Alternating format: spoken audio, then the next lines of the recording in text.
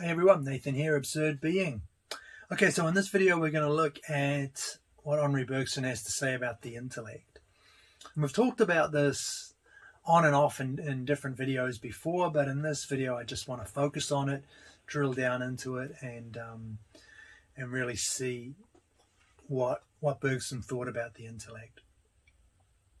So the first thing he makes clear is that the primary job of the intellect is not disinterested rational cognition. And that is what we tend to think, right? We tend to think that the intellect or the mind is this impartial observer, this disinterested, detached capacity that we have for rational cognition. And that, for Bergson, is secondary. There's a more originary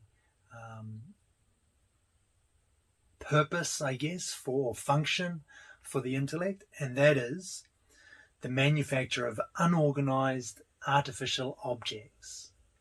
So the intellect creates these artificial objects with which we can then interact, which we can then use to do different things, to fulfill our goals, to carry out our projects, to act in the world. So that's the key point for Bergson. The intellect is about acting, and in order to do that, we have to break up reality in certain ways. And that's what the intellect does first. First, it's not this disinterested spectator. It's not this mind which is, an objective spectator mind, which is what we tend to think of when we think of the intellect and what the mind's doing. And that just leads us down a garden path which goes nowhere very fast. Here's the quote. I've got two quotes actually. I'll give them both to you. The essential function of our intellect, as the evolution of life has fashioned it, is to be a light for our conduct, to make ready for our action on things, to foresee for a given situation the events favourable or unfavourable which may follow thereupon. We should say not Homo sapiens, but Homo faber. In short, intelligence, considered in what seems to be its original feature, is the faculty of manufacturing artificial objects, especially tools to make tools, and of indefinitely varying the manufacture. So the main points there: the intellect allows us to act. It's that which lets us engage with the world meaningfully. It's that which lets us carry out our projects, fulfill our goals. So it's very practical. It's all about praxis at first. And essentially science is this function carried to its highest form of precision. So that's what it does. It's not a disinterested, abstract observer, first and foremost.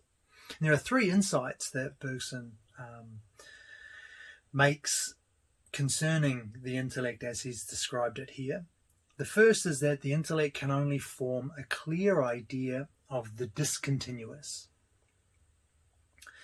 So he says the intellect dislikes what is fluid and solidifies everything it touches. And so this is referring to the way that what's originally here, what the world, what reality originally is continuous. And what the intellect does is break that up into discrete parts, discrete discontinuous parts. And again, the goal is to let us live human lives, to let us manipulate objects, to let us function as animals, as the beings that we are, as evolution has provided for us, or provided as evolution has progressed. That's how we have And that's how the intellect has served us.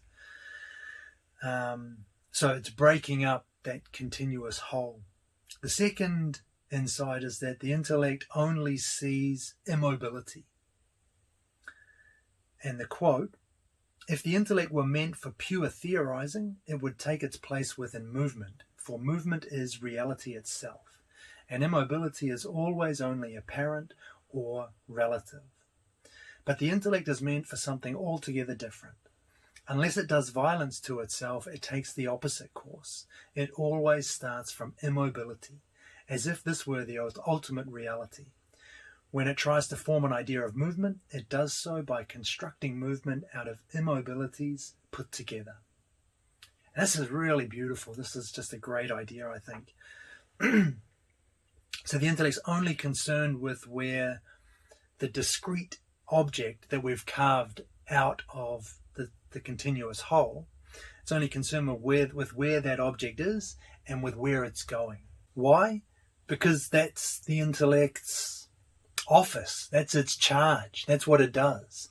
It is about allowing us to act in the world, allowing us to carry out those projects, to manipulate things, to achieve our goals. So it's focused on where the object is and where it's going, where it's going to end up. What it's not focused on is its progress from one place to the other. It's not focused on their movement, because that has no benefit. That has no practical benefit. To the extent that the movement is of interest to the intellect, it's always when the object is at a particular point in that movement. So again, you've got a movement from, say, A to B, but you might be concerned with where it is in the middle, but then that will be another point. That'll become C. And now we're concerned with the object at A, C, and B, but not with the movement in between A and C and B. So we're always missing this fundamental feature, which is reality itself, which is movement, because when the thing is in movement, it's of no use to us. It's of no benefit to us. It's only when the object is at rest, it's when it's at a point, it's when it's somewhere that it has utility, and that's what the intellect is concerned with: utility, and utility alone. And this means, by the way, that the intellect is not the right tool for understanding evolution. It can't understand evolution because evolution is fundamentally a change. It's a change that is pure mobility, and the intellect is not the right tool to grasp mobility. It sees, again, points along that chain. It doesn't see the movements in between. It can break down a point in the middle and find out, and make another point, perhaps what do they call them? A species, an intermediate species between two different species, an intermediate species on the way between the two. But then again, that's just taking another point out of evolution. It's not capturing evolution itself, which is the progression, which is the movement. And so the intellect's just is not the right tool for that, because it only sees immobility. It breaks everything. It breaks movement down into immobile points. And the third insight is that the intellect is characterized by the unlimited power of decomposing. So the intellect never stops at the actual form of things, nor regards it as final, but on the contrary, looks upon all matter as if it were carvable at will. It makes us consider every actual form of things, even the form of natural things, as artificial and provisional. So reality is infinitely divisible for for the intellect. And we can see that, I just demonstrated that with movement from A to B. There'll always be a point in the middle you can break apart, and you'll always be able to take another point and another point and another point and so on. And for the intellect, that is that can happen forever. It doesn't mean that we can physically break down something, a trajectory or a thing into ever smaller components. Doesn't mean that there's a physical, like I'm thinking of breaking thing like a table into its component parts, and then those into the molecules, and those into different particles, and those into atoms and subatomic particles, and blah blah blah. In theory, for the intellect, that is infinitely divisible, and so that's just how the intellect approaches this. It's clear that if you've got a big object, you can always cut it in half, even if that's not physically possible. Perhaps it's not even. Perhaps it's prohibited by the laws of physics, but still, intellectually, there's no reason to stop. No reason why we have to stop at that point, at the smallest fundamental particle we can imagine, or that we believe is able to be divided. For the intellect, we can continue that division, that process of division, indefinitely. So it treats the whole of matter as a piece of cloth which can be carved up in any which way, and as deeply down as you choose to go. And this has nothing, like I say, this has nothing to do with physical, like actual capacity, whether we can really chop something up that small, or whether we do reach like a physical limit. That's irrelevant for the intellect. For the intellect, things are always divisible, no matter how small you go. Why would it be otherwise? We can always imagine halving whatever it is that we've got, no matter how small, no matter how thin, so that characterizes the intellect. So those three insights, I think. The intellect can only form a clear idea of the discontinuous. It only sees immobility, and it's characterized by an unlimited power of decomposing. And again, those things are all connected with action, with practical engagement with the world. And that's because that's how we've evolved. We've evolved in order to deal with the world, in order to interact with the world. And so it's a natural thing. That the intellect is perfectly natural. It's completely natural that we think in this way, and we wouldn't want to think in any other way. If we didn't think the way that we do, if the intellect wasn't adapted the way that it is to reality, we wouldn't be able to function. So this isn't a negative thing. It's just Bergson's just looking at it. He's seeing it for what it is. I think in a way that, like I say, we've tended to over-rationalize the intellect. We've tended to imagine it as a disinterested spectator on reality. And that's what we think we are. We think we are this little point, or this little quail, this feeling somewhere in the background, which is able to step back and take a view on reality. And it is possible to do that, but that's not the intellect's primary role. It's not the intellect's primary job. So he has an analogy which he uses to describe the intellect with, and it's an analogy with a cinematograph. So one of those old slideshow projectors, one of those old, the way they used to show movies.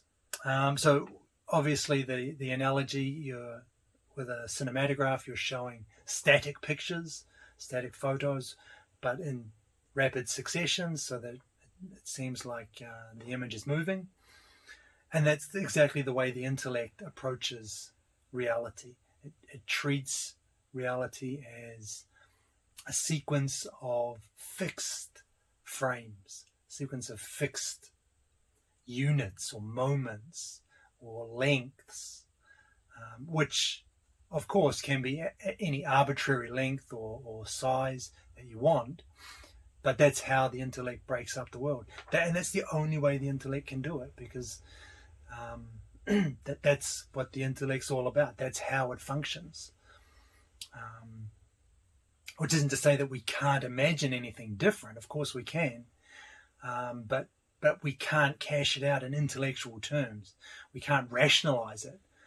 We can't make rational sense of it. It just doesn't gel with us if we try and think in terms of continuity or in terms of pure becoming.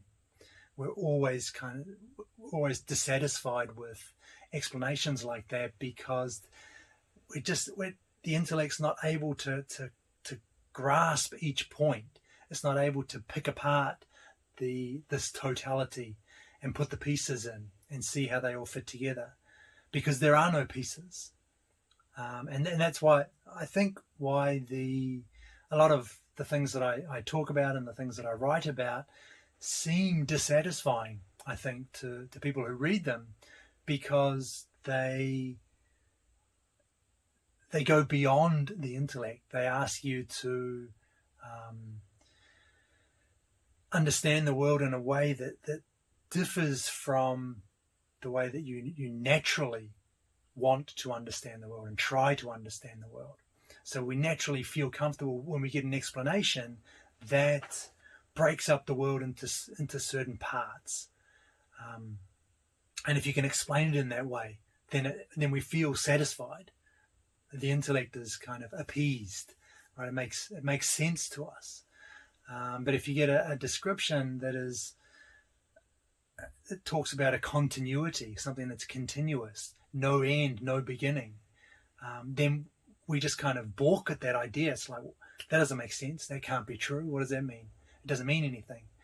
But that's a limitation of the intellect, which doesn't mean, of course, that this doesn't open the door to, the mysticism or religious, supernatural talk or anything like that. It's just that the terms the categories that the intellect thinks in are no good when it comes to trying to think about reality as a whole. How did I get to that? And so back to the cinematograph. So what happens with the intellect is we break reality up into these static pictures, and we string those pictures together on a general, abstract, invisible becoming that is separate from the static pictures we've taken out. And so we imagine, when we try and understand reality through the intellect, we imagine, okay, we've got all these parts, but how do they fit together? And in order to do that, we have to imagine that there's something underneath, some substrate that everything's happening within, and that we call, and that gets. I have started calling this this process reification, because I see it, or I imagine it happening in many different areas. When we're trying to think about this stuff, we end up reifying things that shouldn't be reified, that aren't things at all. So Bergson's talking here about some kind of becoming underneath the static, underneath the immobilities that the intellect sees. And the only way we can get movement into this picture is by putting this thing, we'll call it becoming, and you get this is where you get names like capital B, becoming, capital A, absolute, capital B, being. We start throwing words out like this which don't mean anything. And what they are is this abstract concept which is supposed to ground, or which everything, all of the immobilities that, excuse me, all of the immobilities that the intellect has carved up is supposed to be grounded in. And what it is, it's a fiction. It's something it's not there. We don't need it. We're reifying becoming. So the point is that this becoming is not separate from the photographs. The photographs are becoming. They're in this becoming. The change isn't happening to some kind of substance. But I kind of see that happening a lot, and I think it happens with consciousness. We reify consciousness. We take your thoughts, your feelings, your sensations. But these aren't enough to describe consciousness, right? There has to be something behind it, something which is experiencing these things. So we end up positing this little magical, mystical thing in the background, which is consciousness, which is your first person experience. And we'll never find that. It's an absolute mystery because it doesn't exist. But we've reified. There is no need to go beyond the things themselves, the events themselves. They are the process. And the same thing here, the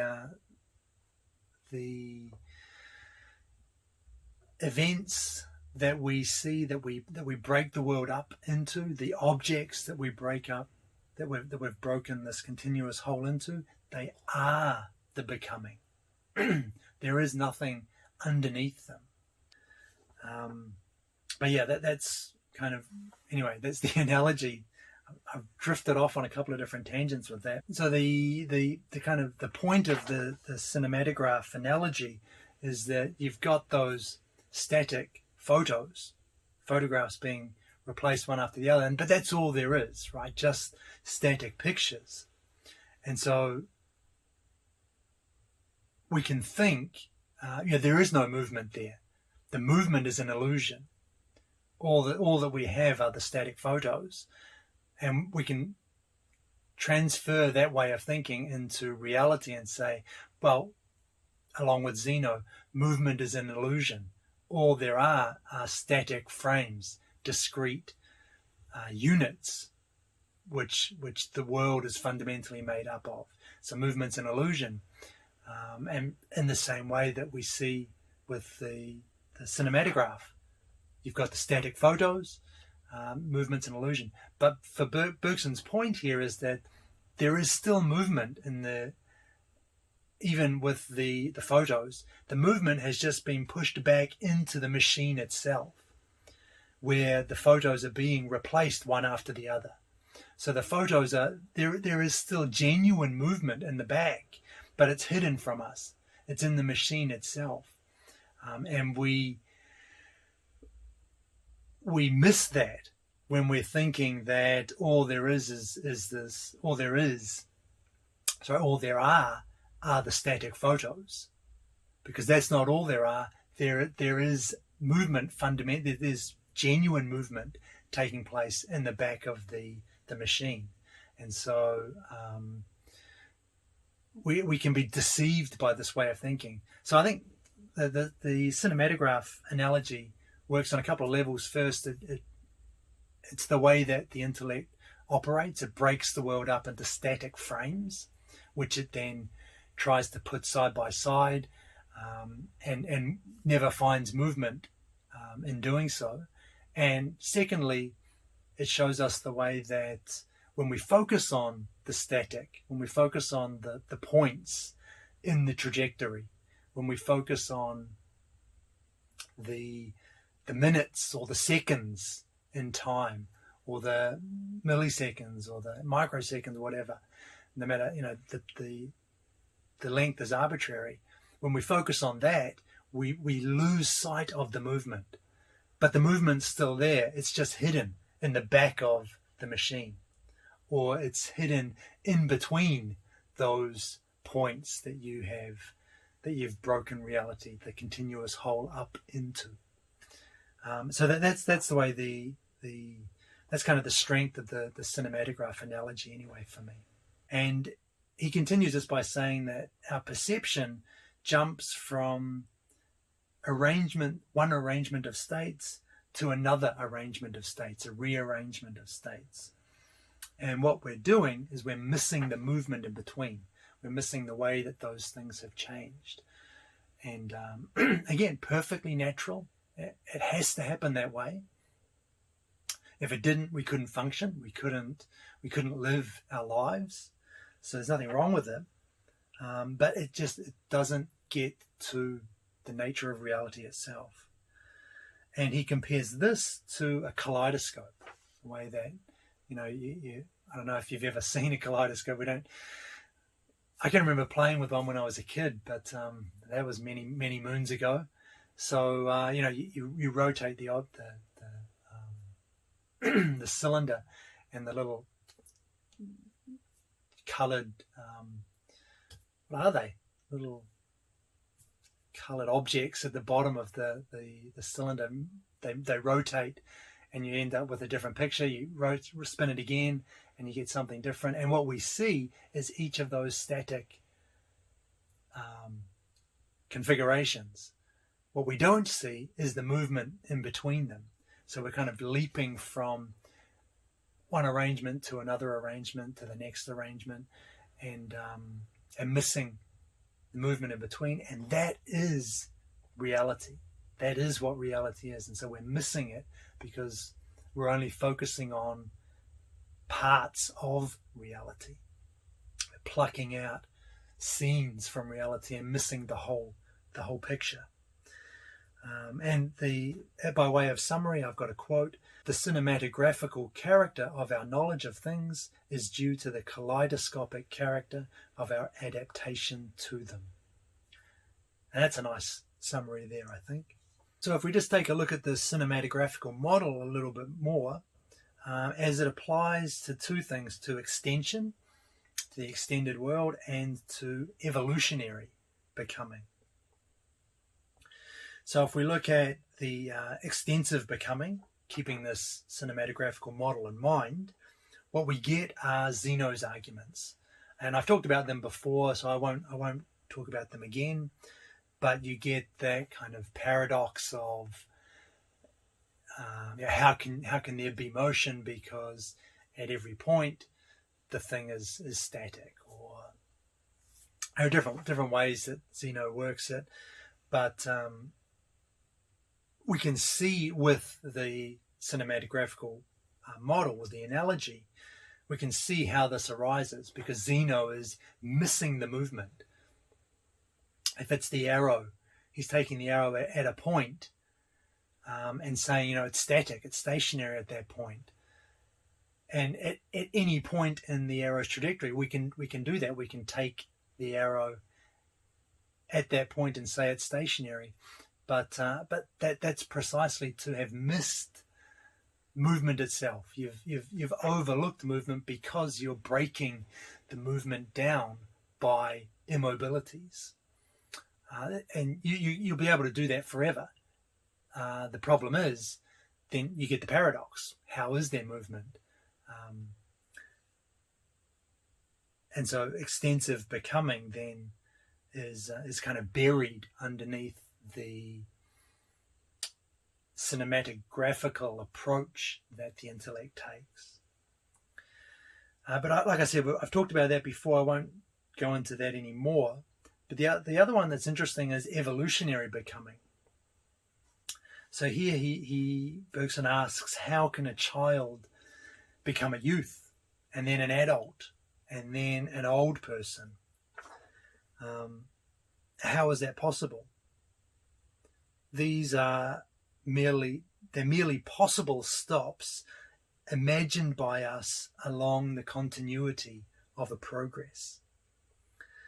If the possible stops are real stops, then evolution's impossible, because rests placed beside rests like photos placed beside photos, will never become movements. So again, if we break the world up the way that the intellect wants us to, if we treat every moment as a static moment, then we'll never get movement, because you'll never get movement from immobilities, from things that don't move.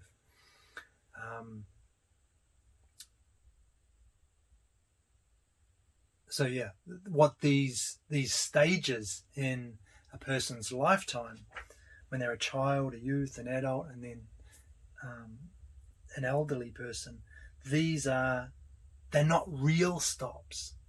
They're not real points. They are possible stops. They're places where we can halt the actual progress which is happening and imagine that this is a fixed thing, is a static moment. But that's all we're doing. This is fictive. It's not a real. When a person's a child, that's not a real fixed stage. They're in the middle of a process. They're in the middle of an evolutionary progression, and you'll never see that if all you see are steps, are stationary steps. Because string as many stationary steps together as you like, you'll never get genuine progression.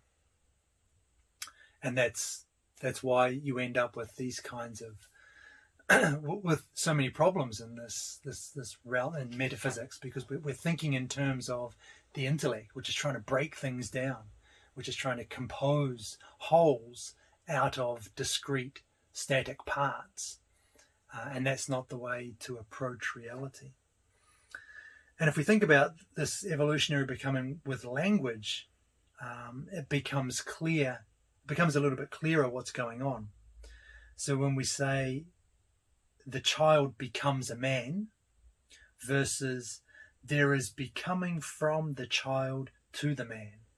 If you think about those two expressions, in the first, becoming is relegated to the background, while child and man become the focus, the stops, the imaginary static steps in that process.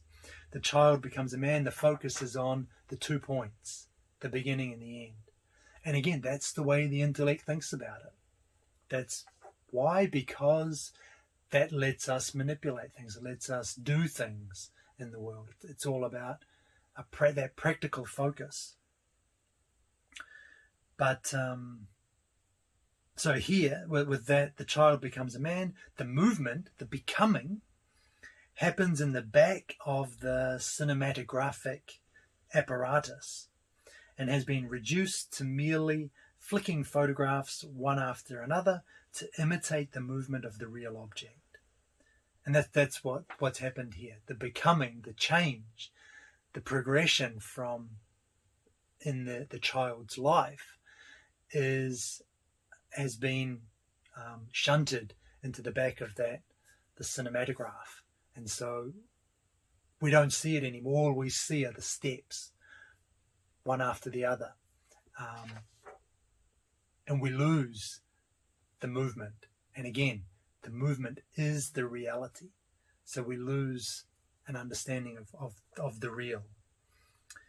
But in the second proposition, becoming is the subject. So in the second proposition, there is becoming from the child to the man. So now we've taken that word becoming, thrust it into the limelight. Becoming is now the subject. It comes to the front. It is the reality itself. Childhood and manhood are then only possible stops. They're just views of the mind. They're ways that we can break up this becoming, which is the fundamental truth. And again, we're not reifying becoming. Becoming isn't a thing which the stages are happening within or on. There is no separating the two. They're happening together, and they are the same thing. The stages are in the movement. They are the movement itself. They're just the movement broken up. So we don't want to get into this trap of reifying becoming, start calling it capital B becoming to distinguish it from the possible stages or the steps. Again, as soon as we do that, we're heading down a path which won't lead us to a deeper understanding of reality. The two things are actually the same. The possible stops are just that, possible stops. They're not actually real. But anyway, this whole, like I've said before, this whole cinematograph analogy is completely natural. The cinematographical approach to reality is completely natural for the intellect. It's what we want the intellect to do. We wouldn't want to live any other way, and you couldn't live any other way. All right, we better look at wrapping this up, I think. So the intellect, we've talked about the intellect being unable to see the continuous. It's unable to see change, and it's also unable to see genuine creation. It's unable to see the creation of the genuinely novel, and this is because, in the same way that we've been talking about already, the intellect deals with components, breaks things down into parts, discrete parts, and so all it can imagine when you think of when we talk about the new or creation, all it can imagine is taking what's there and rearranging it, getting a different, putting things in a different configuration. But that's not what genuine that's not what genuine creation is. Genuine creation is always something new, something fundamentally unpredictable. Because, and I've talked about this before, because in duration, every moment is always brand new because it always includes the prior moments. So even if everything returns back to the way it was, ostensibly, everything is not the same because it's already that configuration has already come about once before. So the second time that configuration happens, it's changed. It's fundamentally altered, not by the addition of something new, but because we've seen this configuration before. It's the second time that it's happening, which means that it's fundamentally new. It's not just a reconfiguration of parts that were already there. But the intellect can't think in those terms. It can't grasp that kind of reality. And it's not just that it can't see it. Bergson says we cannot even think it in the strict sense of the word, nor express it in terms of pure understanding. We can't even think it in, and that's because the categories that the intellect operates within, they're not the right categories to understand pure continuity or pure movement or genuine creation. The way that we've broken up the world, the way that we understand the world, and just look at science for this, right? This is the way science operates, breaks everything down. We get component parts. We see how they interact. We create equations to explain the behaviors of these different parts, and it's a massive jigsaw puzzle. But reality itself is not an assemblage of component parts. If you break that continuity into parts, into discrete objects, you get something different from the original continuity, from the original whole. And there's a limitation here for the intellect because the intellect can only think in terms of those parts. And again, like I was saying before, that's why when you hear an answer to the question, what does reality say, or what was before the beginning of time, or what, these kinds of questions. When you run up against these kinds of problems, which you do in metaphysics, what's at the end of the universe? What's after it? These questions make sense from an intellectual perspective, from the perspective of the intellect, because that's how the intellect operates. It breaks things down into parts. Things have clear, defined boundaries. Things have start points and end points. But when you look at reality itself, these concepts don't apply anymore.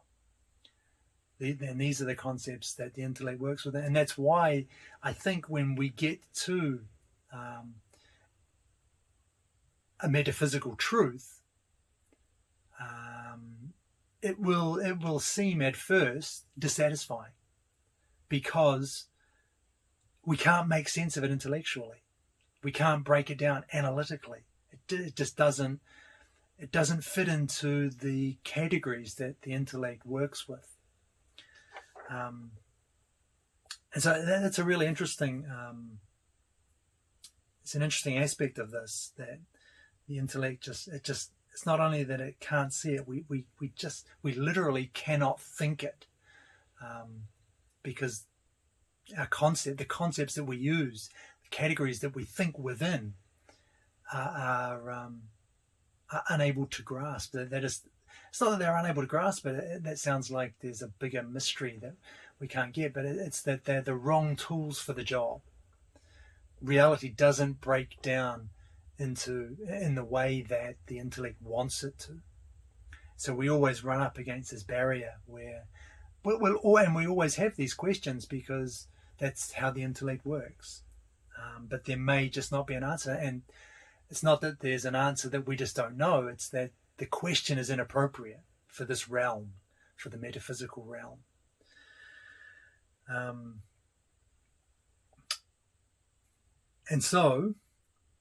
And let me see if I can pivot this a little bit. So even if you try to understand the transition between two states, if you try and understand movement itself, and talking about the intellect here, you'll end up doing nothing more than identifying a third state in the middle. And instead, what we have to do is install ourselves within the change. And that's a really crucial idea there.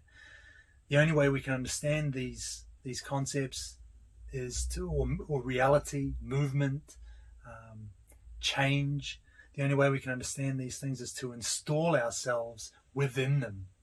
And we do that through intuition. And we're going to talk about that in the next video. And let me just give you a advance warning. The intuition here is not the intuition that you're probably thinking of. It's not the way that we use the word these days, right? Intuition is like we imagine it as some kind of feeling or sense that something is a certain way, but we don't know where it came from. We can't rationally explain it, but we just have this feeling that this is true. It's not like that at all. I want to just disabuse you of that notion. If that's where you're leaning with this already, that's not what intuition is going to be. Stick around for the next video, and I'll tell you what I think Bergson's getting at with intuition. So that's in the next video. One last point to make here. Let me just reinforce it. This is not a negative position on the intellect. I think I've made that clear, but just in case you're wondering, you're still leaning towards that. Bergson's not criticizing the intellect. He's just putting it in its place. He's just identifying what the intellect deals with. And like I've said before, we need it. We must have it. It's not anything bad. It's the way we live our lives.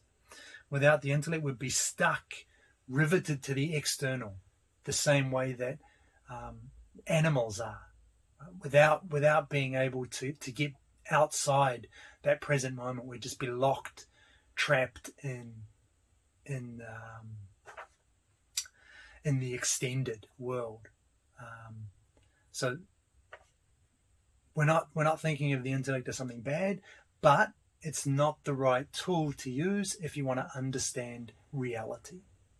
That's the important point. And one last time, I think I've mentioned this before as well, which this is not opening the door to religion or superstition or mysticism or whatever other theories, if that's probably an overly polite term to use, are out there. Saying that the intellect is not the right tool for the job does not mean that we need to turn to our holy texts or start talking about things that don't mean anything, energy or forces or chakras, or whatever. You know where it goes, the rabbit hole. I always talk about it. This is not opening the door to that. It's just there is another way to understand reality, which is not the intellect. It's intuition, and it has nothing to do with making wild, unfounded assumptions about magical forces or anything like that. So I'm going to give you a quick summary quote, and then we'll look at a summary to wrap up. The intellect, so skillful in dealing with the inert, is awkward the moment it touches the living. Whether it wants to treat the life of the body or the life of the mind, it proceeds with the rigour, the stiffness, and the brutality of an instrument not designed for such use. We are at ease only in the discontinuous, in the immobile, in the dead. The intellect is characterised by a natural inability to comprehend life. So there, I just said this is not negative, and that's a pretty negative, sounds pretty negative. Only negative if you are trying to understand reality, life, the mind, then. And that is the way that I've talked about science as well before, right? Pretty harshly, but only when science oversteps its bounds, only when it tries to tell us that it's describing reality. When in actual fact it isn't, because that approach is just not the right tool for the job. Okay, summary. So we looked at this whole video has been about the intellect. We saw that it's primarily concerned with action. And so instead of Homo sapiens, Homo faber, that's nice. We're fundamentally about, the intellect is fundamentally about gearing us into the world, letting us use things, letting us manipulate things, letting us live the lives that evolution designed us for. The three insights that we looked at, first, the intellect only knows the discontinuous. Second, it only sees immobility. And third, it's characterized by the unlimited power of decomposing. So that's just the way that the intellect works, those three things.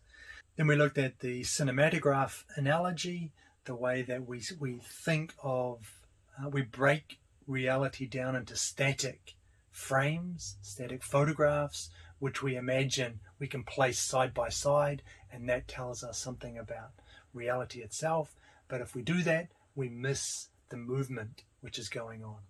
We miss, and we'll never get movement from that.